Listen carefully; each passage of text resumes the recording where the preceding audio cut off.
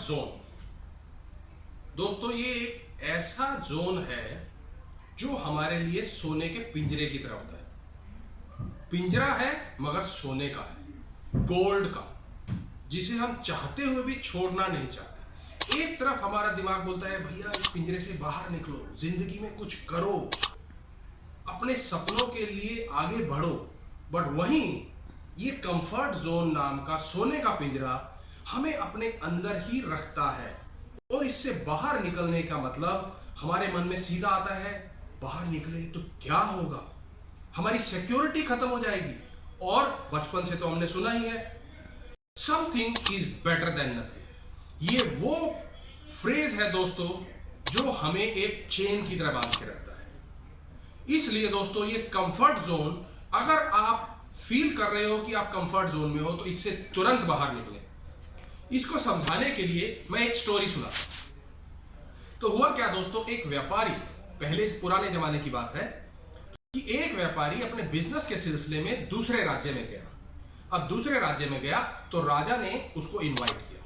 जब इनवाइट किया तो व्यापारी खाली हाथ कैसे जाता, तो उसने सोचा कि चलो क्यों ना राजा के लिए कुछ भेंट लेके जाई जाए। और वो राजा के लिए 2 बाज के बच्चे लेके गया, ईगल के बच्चे लेके गया।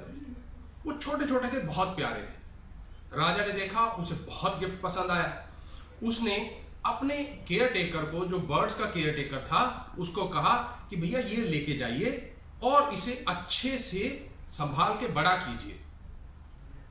तो जब केयर टेकर ले गया, समय कुछ बीत गया तो राजा को ध्यान आया, अरे बाज के बच्चे अब कुछ बड़े हो गए होंगे, जाके मुझे चेक करना चाहिए कि भैया उनकी खैरियत लेनी चाहिए कि वो कैसे हैं, किस हाल में हैं।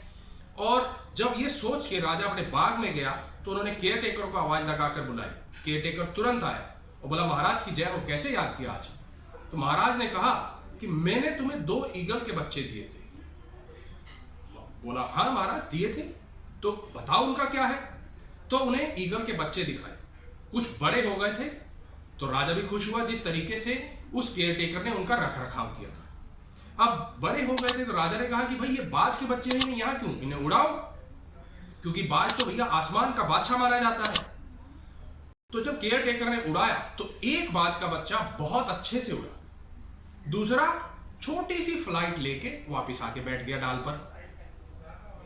बाज अब फिर से उड़ाया उस बाज को, फिर छोटी सी फ्लाइट लेके और वापस आकर बैठ गया। तो कुछ राजा असमंजस में पड़ गया कि क्यों ऐसा हो रहा है। तो उसने पूछा उस केयर टेकर से, भाई ये क्यों नहीं उड़ रहा? तो उस केयर टेकर ने बताया, महाराज पता नहीं क्यों, बट ये थोड़ी सी उड़ान उड़ता है और वापस आ जाता है। तो राजा ने सोचा चलो, जैसे हम इंसान भी अलग अलग होते हैं, हो सकता है ऐसे ही बाज के बच्चा भी कुछ एक्स्ट्रा एक्सटेंशन चाहिए हो, तो इस वजह से हो सकता है नहीं उड़ रहा हो, बट कुछ समय बाद वापस से ये भी ऑफ कोर्स है तो बाज का बच्चा, उड़ने लगेगा। तो राजा ने उससे कहा कि चलो ठीक है, अभी इसे और पालिए, थोड़े वक्त और देते हैं इसको, और इसके अच्छे से ध्यान रख रखाव कीजिए, अच्छे से खान पान कीजिए, और हो सकता है कुछ समय बाद उड़े।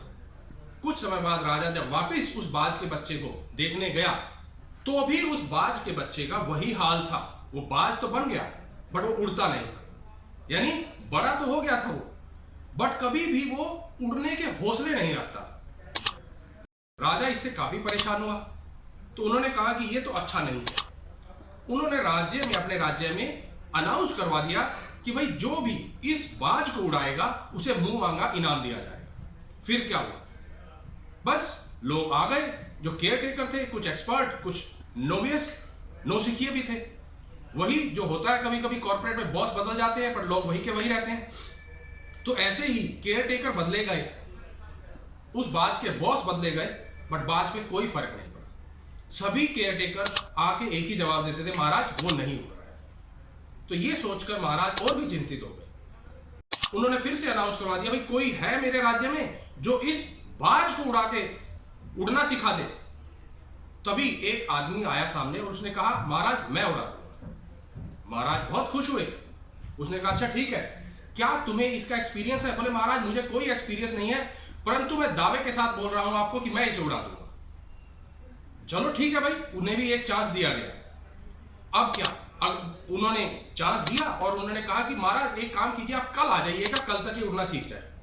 महाराज बहुत खुश हुए और एक अचंभित भी होगी, एक दिन में उड़ना सीख जाएगा जो इतने टाइम तक कोई नहीं उड़ा सका। बोले बस महाराज आप कल आ जाइएगा, ये उड़ेगा। तो ये समझिए बॉस कि एक फाइनल बॉस उसको दे दिया गया था उस बाज को। अगले दिन महाराज गए वहां पे बाग में, देखा वो बाज तो उड़ रहा है। बहुत ही अचंभित हुए, बहुत ही आश्चर्यचकित हुए, भाई ये ऐसा कैसे हुआ, और जबकि इसको तो पक्षी पालने का कोई एक्सपीरियंस भी नहीं। तो उन्होंने पूछा भाई आप क्या करते हो? बोले महाराज मैं किसान हूं। बोले आप किसान हो तो इस बाज को कैसे उड़ना सिखाया आपने? बोले कुछ नहीं महाराज, ये सिर्फ कंफर्ट जोन में बैठा था, उस डाल के साथ इसको इतना प्यार हो गया था कि उसे छोड़ना ही नहीं चाहता था। बस मैंने एक ही काम किया, ना डाल रही ना पेड़ रहा, वो पेड़ को काट दिया। अब इसके पास बैठने का कोई आशियाना नहीं है, ये परिंदा है, उड़ता ही है। तो ठीक दोस्तों ऐसे ही हमारी लाइफ में होता है, हम कंफर्ट जोन में आ जाते हैं, वो सोने का पिंजरा हम अपने दिमाग में बना लेते हैं जिसके अंदर हम एक सिक्योरिटी के साथ जीना चाहते हैं। लेकिन जब हम उससे बाहर निकलेंगे तभी तो हम अपने जो सपने हैं उनको पाने के लिए कोशिश करेंगे। जब हम उस डर से आगे बढ़ेंगे, उस कंफर्ट से आगे बढ़ेंगे दोस्तों, तभी हम जिंदगी में कुछ अचीव कर सकते हैं। तो अगर आप एक टाइम पे आगे नहीं बढ़ रहे हैं और आपका दिमाग ये कह रहा है कि कहीं ना कहीं आप बढ़ना चाहते हैं लेकिन कदम आपके साथ नहीं दे रहे हैं, दोस्तों मैं दावे के साथ कह सकता हूं कि आप कंफर्ट जोन में हैं।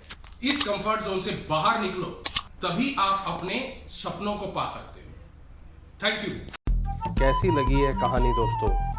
कमेंट बॉक्स में अपने कमेंट लिखकर ज़रूर बताएं और हमारे चैनल को सब्सक्राइब करना ना भूलें और इसे ज़्यादा से ज़्यादा लोगों के साथ भी शेयर करें। धन्यवाद।